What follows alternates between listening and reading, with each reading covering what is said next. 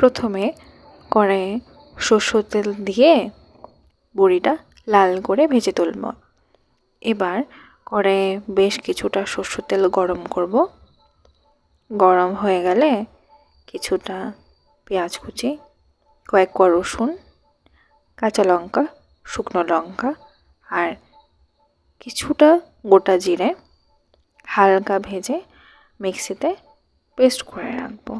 এবার অন্য একটি কড়াইয়ে বাটা মশলা, নুন, হলুদ, লঙ্কার গুঁড়ো, ভাজা বড়ি, টমেটো, সরষের তেল আর সামান্য জল দিয়ে হালকা হাতে মেখে নেব।